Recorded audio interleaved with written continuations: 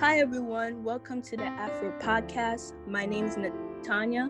I am 15 years old and I live in Brooklyn, New York. Hi, my name is Anaya. I'm 16 years old and I'm from Brooklyn, New York. Hi, my name is Akela. I'm 18 years old and I'm from Bronx, New York. Today's podcast is about typecasting and Afro-Futurism. But in this first segment, we'll be specifically focused on typecasting. If you don't know what typecasting is when actresses and actors are given roles based on their sexuality and or race that follow the stereotypes of what society has thought of the gender and the sexual orientation and ethnicity for years. To start us off with our first question, Natanya and Naya, do you think typecasting is a positive or negative thing, or can it be both?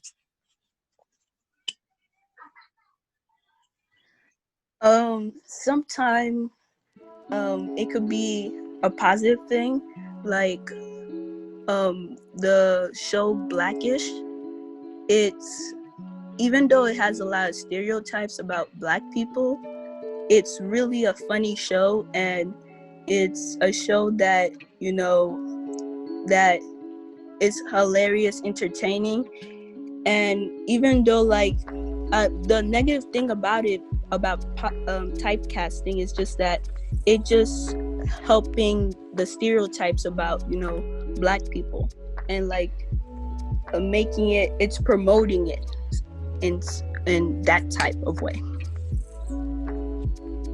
I feel like though typecasting is good or bad depending on what role they're being typecast into. For example, like a Black person being associated with like the music culture and genre and things like that. If they're like really successful in a way, then it could be like promoting more Black voices in the musical industry. But when it comes to like being in like a low income neighborhood or like certain familial situations, I think that's bad typecasting, because it's only like forcing one role of Black people on screen, and I don't think that's beneficial to the Black community or other communities as well. Yeah, I agree with you guys both. I think that depending on the situation, like the show or the movie, it can be beneficial, like typecasting is necessary. But like an example of like slavery shows, like 13 Years of Slavery, they had to pick somebody that was Black. They couldn't have picked like a white person to play a slave and a Black person to play the master. And then in other cases where it's just like regular shows and they decide to make a mother, for example, be a single home mom that lives in the ghetto, it'll most likely be like a Latino or Hispanic person or even a Black person. But you would rarely, I don't think you've ever seen a white woman play a single mother that lives in the ghetto that's like, struggling to make money and going through financial problems. Yeah. I think it's another thing, just only showing Black struggle on TV, because it's not always the reality for the Black community as a whole, and it's like only pushing that agenda that they like need help, and they're continuously victimized in a way. And I think it's not always good for you to be like a little Black girl or boy and just always seeing your people on screen just like not living the best life. It's kind of like it can make you feel as though that's your only way to get into the acting industry, if that, or that's the only life you can truly live because that's all that's ever represented. Yeah, I definitely agree with you. I think with the whole idea of gangs and racism ties into the movie All-American, and for no spoilers, All-American is a show based on true events that happened to a football player where he grew up in Crenshaw, California, and him and his family and friends constantly were involved in like racism and gangs. And it kind of leads, because I believe Natanya and Anaya have both seen the show. How was the representation of gangs and racism shown? And do you think it was definitely a good or bad thing for the show in general to be produced? It's this. When I started watching the show and I continue on in the first season, it shows me like the Coop girl. It shows me that like she wanted to like make a living out of herself, like have a living, but the only option she had out there is like joining gang violence and stuff like that. And like it's really sad that it explains why most people in the Black community, like because of the less opportunity that's offered to them, the only option is to join gang violence and sell drugs and stuff. So that's it really makes us understand why they do that. Like, this is about All American? Yeah. Yeah, I think All American did good with like broadcasting that part of like being in gangs and being in like a low income neighborhood and things like that, because they could have easily like fabricated or like sugarcoated it, and I don't think they did either of that. They made it like a very specific way that I think was true to the overall story. That's not like always portrayed as much as it should be. And I also sorry. Oh, yeah, sorry. I also feel like with that show, like a lot of people just think that choosing to be in the gang is just really easy, but like without connecting the dots of like how education could be lacking, or how other people like they need to help their family in some way, like they have to take these certain sacrifices. And I also think that it didn't glamorize or like romanticize like being in like that with like gang aesthetic in a way. Like it just showed like you're pushed into this life. You shouldn't want to be a part of it. You should always be trying to get out of it. But it also shows like some people just have to do what they have to do in order to live. And like it was kind of sad, like if it's hard to get out of the gang, because when I was watching the show, like I forgot the name of the guy that got killed, but he was trying to get out of the gang and he didn't want to be part of it no more, and then somebody shot him, and the Coop girl is trying to get away, but I don't know.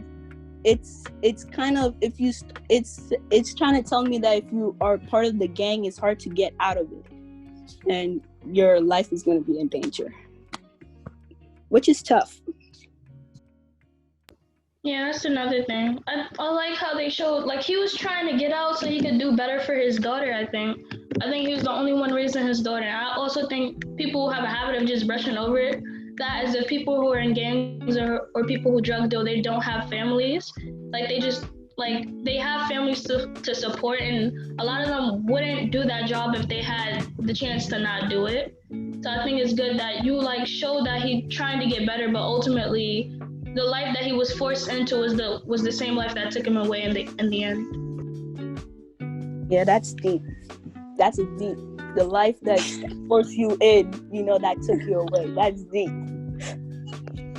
Right. I think the show also did a good representation of like pretty much they showed how being a part of a certain society and being like Black and living in like, I guess you could say a white neighborhood where you experience like white privileges and you don't go through the same experience of being like constantly harassed and looked at suspiciously. Like the time when Jordan and Spencer, because Jordan's father, I forgot his name, Coach Baker, didn't tell him and like, teach him that when a police cop pulls you over to, follow him and don't argue with him.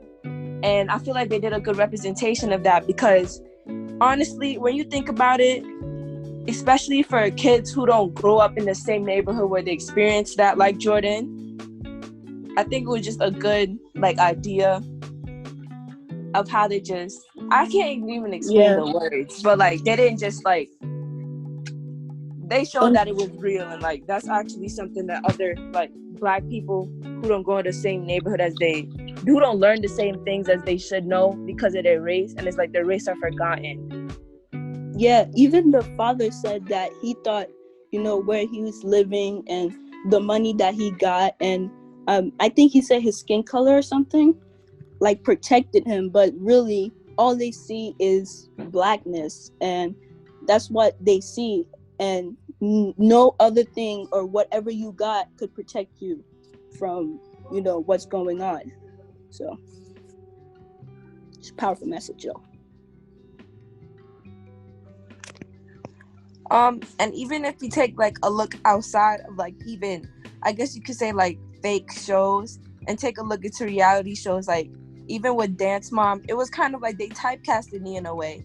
And yeah, it wasn't like for Nia where she was typecasted to be on the show specifically. It was like Abby picking out like a certain group of girls to put on the show who were like had the most drama and would most likely help with ratings. It was even Nia who was just being forced to play like stereotypical roles on the show. Yeah, I think with Dance Moms, I don't think it was right. Because a lot of the time when Nia would get the spotlight on the dance, it would be like racially motivated in some way, like with the Rosa Parks dance, or just like being Indian or having an African dance and things like that. Those were the only times that she got opportunities in the dance community. And I feel like it's a lot of other dancers who are people because they struggle a lot trying to find roles, because a lot of people just overlook them and only want them to be featured when it's something that they have to feature them in. Yeah, I don't know if you guys see this on TikTok, but there's like this TikTok, people say like, you think you could hurt me? And then I watched her, Nia's TikTok. She said, you think you could hurt me? I was in Dance Mom, so I already experienced it. You know how it feels to get hurt. Oh yeah, I remember seeing that. Yeah. Another thing the show did is that with Black Patsy, she was like stereotyped to be this angry black mother when she like went behind. She was like a really nice woman. I guess they just kept agitating her so they could like up the views and have more what's it called, like confirmation, what's it called, stuff like that, like just arguing and stuff on the show. But she was basically their scapegoat, and I know she gets a lot of hate from the Dance Mom communities when that's like the show is heavily edited, and they only push that agenda in the first place. Yeah, right. she was just... Oh, you could go ahead. I was gonna bring up the time where even I think it happened, like I was gonna talk about Nia, but finish off what you're saying about Black Patsy. Oh yeah, that was pretty much all of it with Black Patsy. I was about to say that Nia was this innocent girl. You know, she didn't really cause that much trouble like the other girls, like Jojo Siwa and the other ones. She was like the girl that, didn't really talk as much like in the show, but she was the one who been picked on by Abby a lot. Yeah, I think she also faced a microaggression when Abby was like, fix that hair. She had box braids, and like she has to have her hair that way because she can't always manipulate it. She even said it herself. She was like, she ended up getting a lot of damage, like hair damage, from being on the show because her styles had to be like the other girls, but the textures are different. So it's not like she could always like manipulate the styles. And then I think Abby also went at Holly, which is Nia's mother, because she was a working mother and she couldn't just always attend all the dance competitions, even though she attended a lot of them. I don't think Abby understood like some like mothers, like they have to work in order to make a living for their children as well. Right, like I remember seeing clips of Nia where her hair was like, it looked natural, and then other clips, like the time when she had the box braids, and then the other clips is when she had her hair permed, and she had her hair permed for the longest time, and then over time, perm just builds up a bunch of damage, and it's like so sad because it's like Abby didn't even want to work out a way where, okay, I understand, like your hair texture is different from the girl, so I don't want you to know, but at least do like a style that looks similar to it. Like that would be understandable. But the fact is that she wanted her to like pretty much change her hair type, pretty much like damage and just like, change her hair type into something else that's not hers, in the whole process just to make her fit in with the girls. Like, either way, she's not gonna fit in the girls. She doesn't go through the same problem with the girls. She was the only girl that probably got the least amount of like lyrical and contemporary solos. I even remember the time when oh my goodness, she got the role to do Latifah. She had on a big fake wig afro and everything. She did the dead drop, and she was in like some 70s clothes that were Yeah, usually the worn dead by drop like was insane. exactly. It Like was, she Yeah. and then the freaking song they had playing, I don't know, because Lifetime, they have the thing where they can't put certain songs, so I don't know if Lifetime picked that song out or Abby actually picked that song out for her. But either way, that song was a no-no. Out of all things, that was like probably the worst solo she could have given to her. If it's no. then I think that's when they brought the drag queen in and they automatically made Nia do that dance. Oh my gosh, Kinky Boots!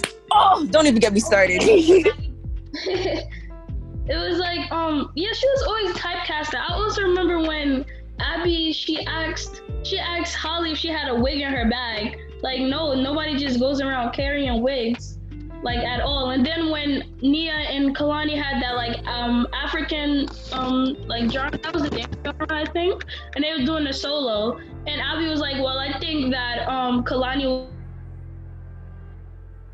was more African than you. And Holly was like, what? And I think Abby was subconsciously thinking that Nia should have outdid Kalani, but the thing is that Nia was not trained in that style initially. So it's like a stereotype thinking that, oh, that's automatically in her blood because she's black, but that wasn't the case at all. She just wasn't trained as much with that style. Wow, that's really sad.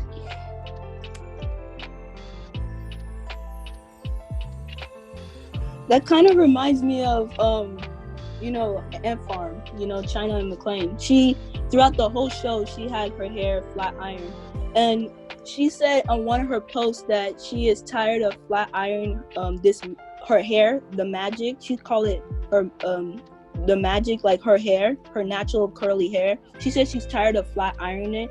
It was after when Ant Farm, ended and stuff like that, and then she said that means like she felt like she had to flat iron it for her to be be part of the show, or because I don't know if the producers made her do that, but she flat ironed it throughout the whole show. And and she explained how she's tired of doing that. I mean, Disney was always known for like trying to, like, I guess you could say, it kind of reminds me of like the whole thing with like westernization, like in a way was trying to make them seem more like civil, or just make them blend in, or be like the girl that every black girl wants to be, with perm hair and this type of outfit. And like, even if we take a step outside of Ant Farm, Jessie was the only show that I've seen where a black girl was wearing her natural hair. And even when Zuri was wearing her natural hair, she had this sassy attitude. She wasn't like, out of all of them, she was the one that had the attitude. She was the one that was doing the most. And I felt like it had to be, I feel like her skin tone, being of her skin tone, was part of the reason why she had to play that role. Because they could have made Jessie sassy, they could have made Emma sassy, they could have made any one of them. And I even remember the time when they had that episode where they like switched bodies or something, and Jessie became Zuri. And you should have seen the way how Jessie acted. Like, she was just making fun of Zuri, and it felt like in a way she was just making fun of like black little girls and just like black women in general who come off as sassy or rude or disrespectful. Oh yeah, I also heard something about with iCarly, Sam was supposed to be a black character, and when you look at her personality, and then she's not the father. Aggressive, carrying a sock filled with butter. What kind of like fried chicken? I think they said that she was supposed to be black, but I'm so happy she was not black, because I think that really would have been detrimental to like the black community's image as a whole. So I like that. Nickelodeon would have been canceled. So I like that they made a white person play that part instead of a black person. Yeah, I agree. I think if Sam was like, for me, the star of the show. Like, if an episode without Sam, I don't think it will be that much funny if it's just Carly. Yeah, Carly was really nice. Nothing would happen. Wait, I have a question. Do you guys ship Sam with Freddie? I know I'm steering off the topic, but I'm curious. Or Carly with Freddie. I don't know, man. That whole relationship was a hot mess. Sam looked like half of her wanted to be in a relationship and the other half just wanted to sit there and bully Freddie. Like, I don't know. That relationship was too much. If you guys watched the last episode of iCarly, like Carly kissed Freddie, and I was like, what? I'm so confused. They ended like that, and what they are trying to get out of us? They're trying to make us confused. Carly only liked Freddie because Sam liked Freddie. Like, because Freddie was always underneath her, and she never did anything. And then once Freddie and Sam got together because they finally had something in common, then she likes him all of a sudden. But then at the same time, I feel like the fact that Freddie didn't even push up Carly, man, Freddie didn't even go in the garbage for that, bro. He flipped too. Like, I don't care. He done lost my respect for that one. Probably still living in his mom's house too. I know deep inside Freddie likes Carly, but I think Sam feels like the third wheel for me. She kind of does. I don't think like Carly anymore, because in Sam and Kat, when he came back to see Sam, I think, was it Kat who went on a date with him? It was something like that happened, and then she was just really jealous because of it, and like they had their own little moment together. But I don't think he likes Carly anymore. Yeah, Nickelodeon is confusing. Right. Okay, let's go back on the topic because I don't want to steer off. Aside from like the negative stereotypes about Zuri's character and like China's hair, I kind of like the black leads. Like I love Zuri's hair because I like loved her length, and it was just like it was so thick. I really liked her hair. And then with China, I always liked her because she was really smart and she was like really diverse with all the instruments she could play. So I was just like really happy to see it. Like I wanted to be China. Same thing with like Rocky from Shake It Up. She was like the complete opposite of like a stereotypical black girl. She was like really, really smart, and I always loved the smart people on TV. But then she was also really nice. She was shy. She had glasses on, but she was also a really good dancer at the end of the day. So I think that was like a really positive influence. And the whole like family dynamic with her mother and her brother, they were just like a really nice family. Yeah. I think all the little black girls wanted to be China. I wanted to be China too. Cause finish talking before. She was the one who like inspired me to like do music, because I play the guitar because of her, and other instruments I always wanted to try new instruments because of her, because how she always trying to make it fun, and like she was the one who was like the leading role in Ant Farm and not playing the side girl or the sidekick in that. So I really like that show. But if I had Disney Plus, I would have watched that show today or throughout this whole month, but I don't. I used to love China. Oh my goodness. I loved her so much, and like I was like, oh, I want to be China McClain for Halloween. I was just trying to find a skirt that looks like her. Trying to find it was bad. And then especially during the time, because it was like around Halloween, and her song had came out like calling all the monsters, and it was playing like 5 times a day. Yeah, that was my jam. You had to talk to me nice, because I really thought it was her.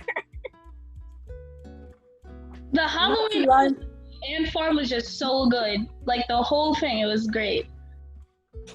It was nice, man. Those are some good moments.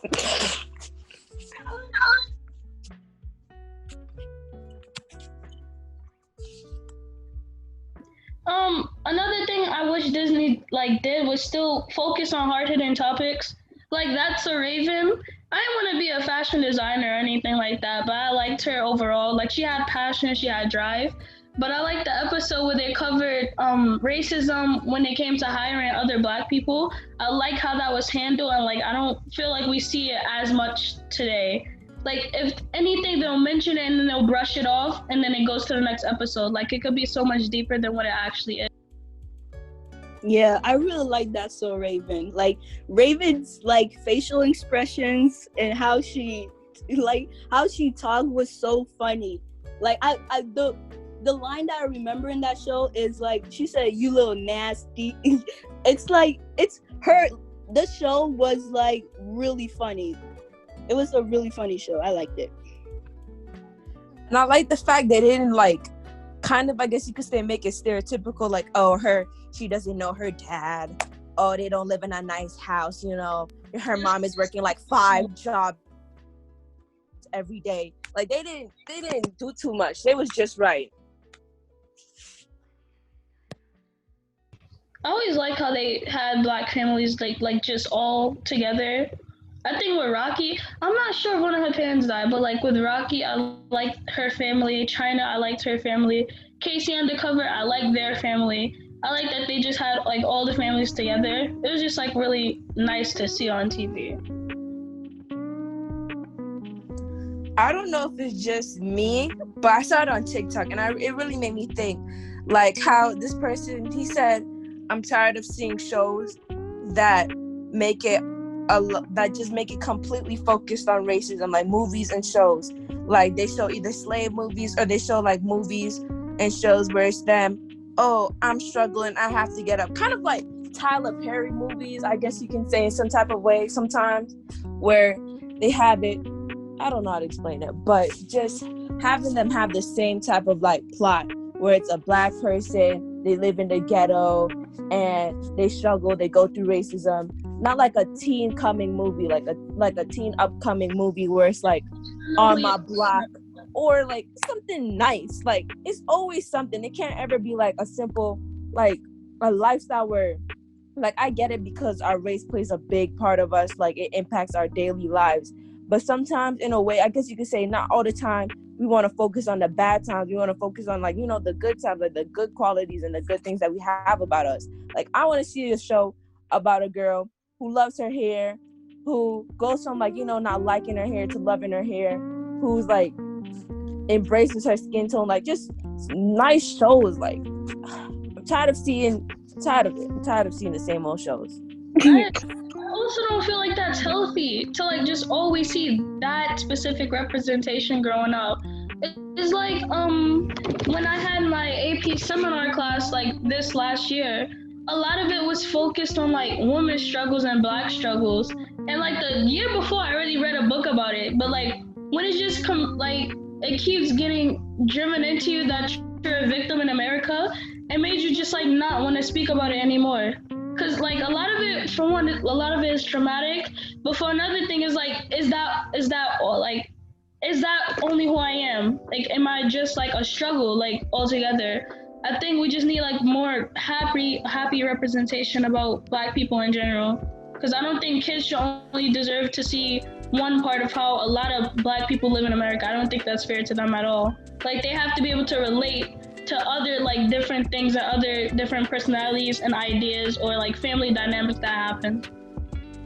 Right, like not all the time we want to see shows and like movies like The Help where it's focused on, you know, being Black in like the early 90s and even just the late 90s or even time way before like any rights that we have right now, of like being someone who couldn't get a job, making like 70 cents per week, all of that. Like, we want to see shows kind of like with like Black Panther, kind of like with, like, I know we don't have superpowers, but to just see a show, a nice show and a nice movie that really was expressing like Black culture and was lifting up Black culture and like our hair type and the type of like our culture and the traditions and like, you know, going back to our roots, but in a positive way, not going back to our roots to think about slavery. Like, sometimes we don't want to hear about the things that we already have to talk about and express over and over again. If you want to break those stereotypes, you really got to start showing like more Afro-Futurism movies instead of having the same old things. That's why we get so angry about these things, and that's why we get so upset, because it's like we already as it is are like fighting for equality. You think Hollywood going in, producing a movie about us fighting for equality is still struggling to this day, and not showing some type of idealistic or like ideas of, you know, passion that drives us and get us to those equal rights. Like, we don't want to see the same old things. Like, even an old show like Moesha did a better job at showing Afro-Futurism than they did right now with all the shows that we have. I agree. I think Wait, Spider-Man, like Into the Spider-Verse or something like that, with Miles Morales. I didn't watch the movie as a full, but like all the clips I saw, I just liked how it looked. Like he was like a black kid living in New York City. He had the ones on. I'm like, oh shoot, I recognize what shoes you're wearing now. Just like his hair, it was like in a fade. I'm like, oh, I know people who look like that as well. So Right, like, we're using them sponges to spike them hair. I'm so happy when you can point out stuff that you yourself realize. I remember when I was watching Jesse and I saw that Zuri had on like the same exact shirt that I had on. It was like kids, like they just start to notice these things, to be happy when they point out that the characters that they see on TV, like they can relate to like what they wear or what they do or like what their mother says. I think that he was like Dominican or something like that, but like even though I'm not that, like other aspects of just being black in New York City, it could like apply to me or it could apply to my family members. yeah. For me, Moesha, like that show, like she been with a lot of boys. I don't know, have you guys seen it? Cause she Yes, has bro, she had the she even had dated the a teacher. fit, bro. So I think that's a bad representation because it's not, we black girls, we don't go out and date every kind of boy, you know, and like it's just, I don't want to say the H word, but it kind of looks like that. And It makes us I'm look like, dumb messy. every episode she's with a new boy. I'm thinking like, what is wrong with her? Or she goes yeah. back to the same boy. Oh my goodness, Yeah. that's what really had me mad. Yeah. And like what you said about having the same shows and having the same movies showing like the same things about black people. Yeah. And it's really kind of sad because like kids in our age, like if we keep seeing these stuff, we're gonna start to believe it, and then we're gonna turn out like it. And that's why we need like more Afro-futuristic movies and shows that shows like the bright side of being black, and showing like that us black people were also humans. We could also take power and stuff like that.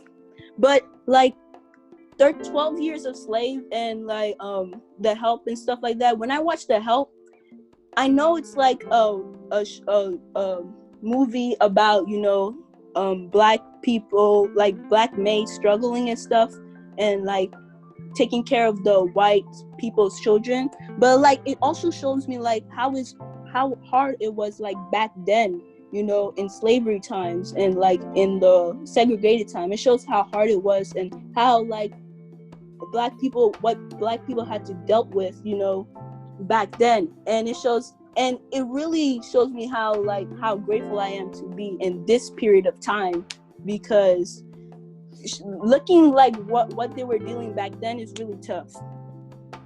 So kind of make people, you know, feel this sense of, oh, this world has really changed on how it was back then, how horrible it was back then. Yeah, I agree. I feel like shows like that could motivate more people in the black community to just like be grateful and like start taking charge more to like help out the black community as a whole. I just don't feel like that should be like the only thing that's like represented as much as it like should be. But another thing that rubs me like the wrong way is when it's a lot of white directors or a lot of white producers who are they're essentially like telling me like how my people struggle or like how I'm supposed to feel about certain things. So I feel like when, what was it, Jordan Peele, he like made Get Out and like Us, I like that he was like the brains behind the whole operation. Like he knew exactly what he wanted, he knew exactly what he wanted to like get into. Especially with the movie Us, I really like the little plot twist thing. It was like a really good movie. I didn't watch it, but like I saw a whole synopsis thing about it. But it was really interesting. I just like having more black voices or more people in color telling their own stories rather than white people saying it for them. It doesn't really kind of tie into what I'm about to say, but even once it comes to like little roles, the fact that something that it doesn't connect, but it's about like how white people get involved in like things though that it should be black people have the roles in. Like even going down to cartoons, Cleveland Brown was played by a white man. To this day, I'm shocked and confused on why they like, oh, his voice sounds black, let's pick him. Wait, that's just I never watched that show, so This Family Guy, like, you know that black man? I don't think you guys know it. I don't know, maybe.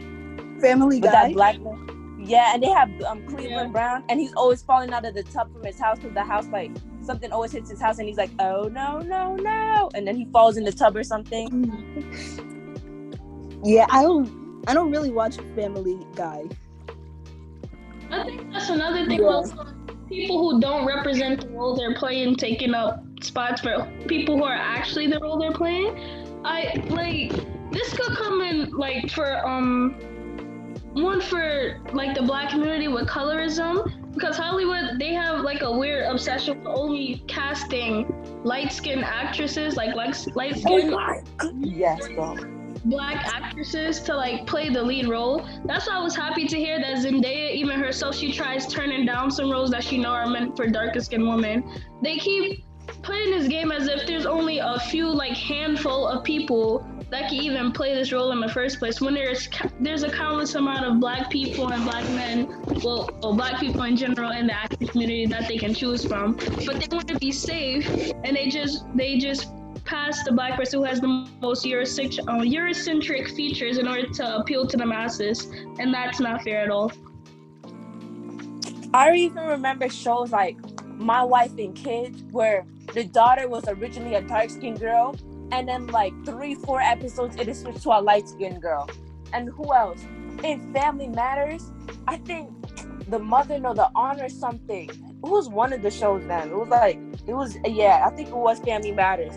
And like the aunt was like a dark-skinned lady, and then she switched over. No, I think it was, I can't remember. It was either Fresh Prince of Bel-Air, Family Matters. And it was like the wife, she was like first dark-skinned, and they switched it to a light-skinned woman.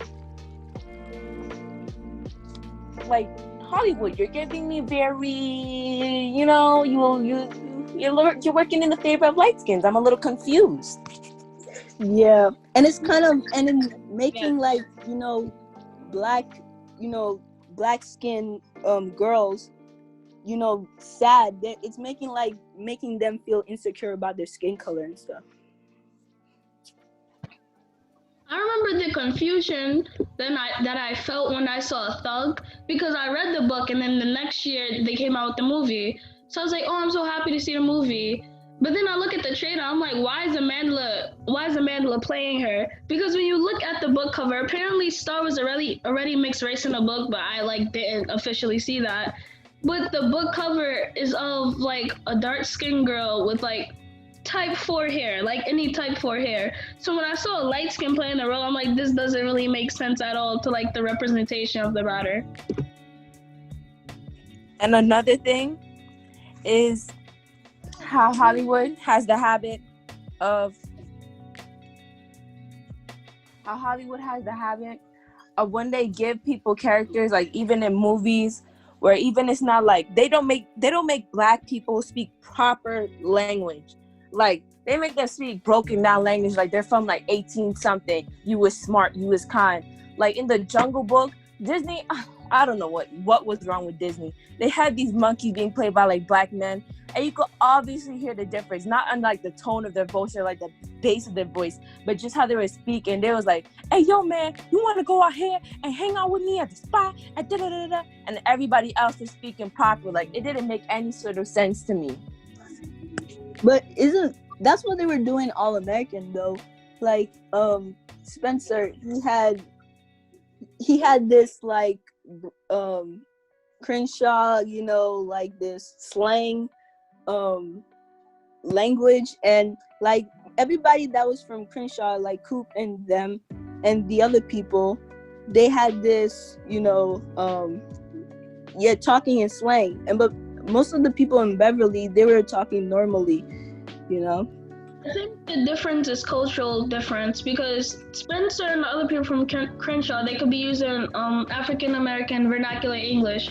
That's the thing that like it's a dialect, but like all black people, like most likely they would know it. Like you'd have to be around the community in order to experience it.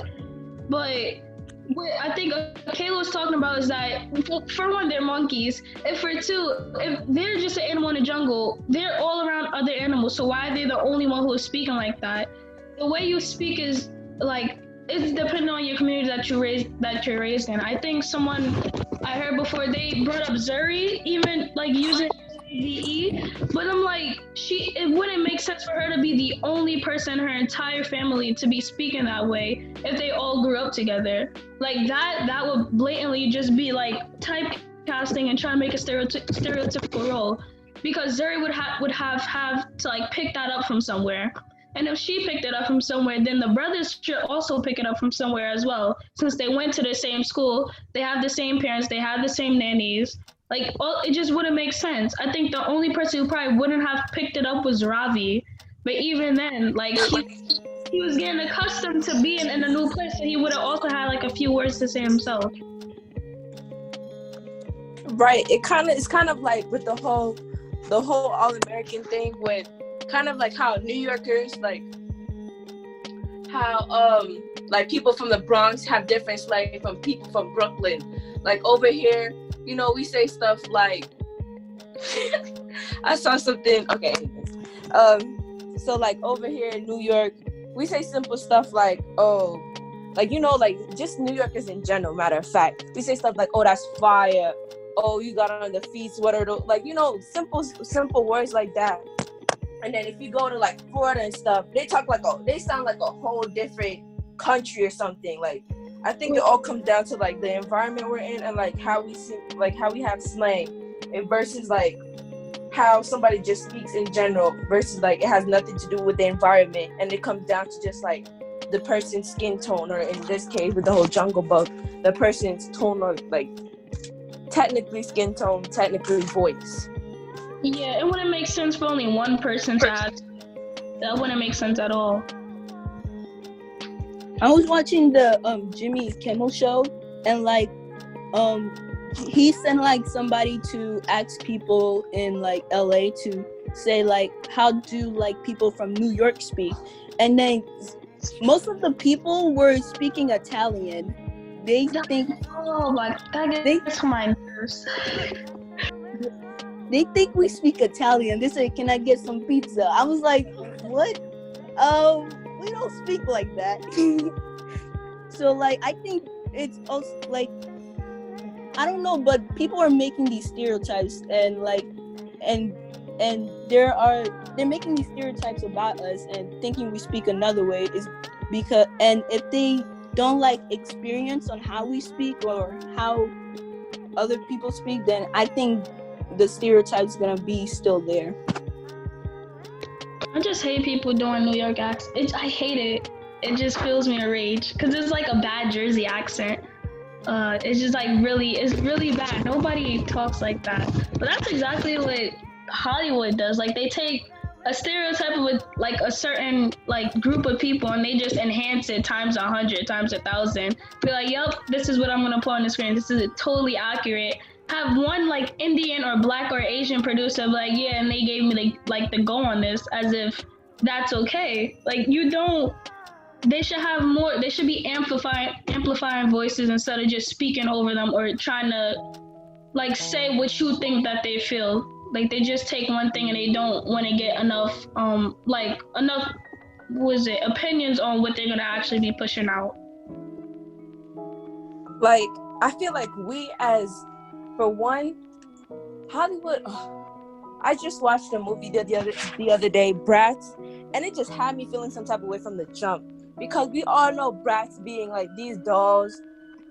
They're usually like black dolls, and they have big lips, and they have on a bunch of makeup and stuff. And then the movie just had me sitting the wrong way, because for one, there was one black girl and she was brown skin, she wasn't dark skin, she was more on the lighter side, matter of fact. There was a Chinese girl, there was a white girl, and there was a Spanish girl. and the Chinese girl was actually a white girl that played a Chinese girl. And it just had me feeling all types of messed up. Because it's not fair and it's not right that even like the littlest of things, they make it seem like we shouldn't make a big deal out of it. And then as a Black community, there's times where we praise certain shows that we shouldn't even be praising in the first place. Like White Chicks, they pretty much just set Black women back by having Shanice and I forgot the other girl's name that played like Marlon or one of the wives of the other brothers, the Wayne brothers, and they just made them loud and ghetto, and they just started it off with the whole, oh, I know you're cheating, let me come in here and see, and they was just loud, and they sounded ignorant, and it was just awful, like, and then as a community, that we laugh and say, yo, I love White Chicks, they're so funny, but then we sit there and we complain about how like Hollywood sits there and make shows that hurt us as a community, but then we praise shows that have characters in it that damage us even more. This is Anaya. This is Akela. My name's Natanya, and thank you for listening to the Afro Podcast.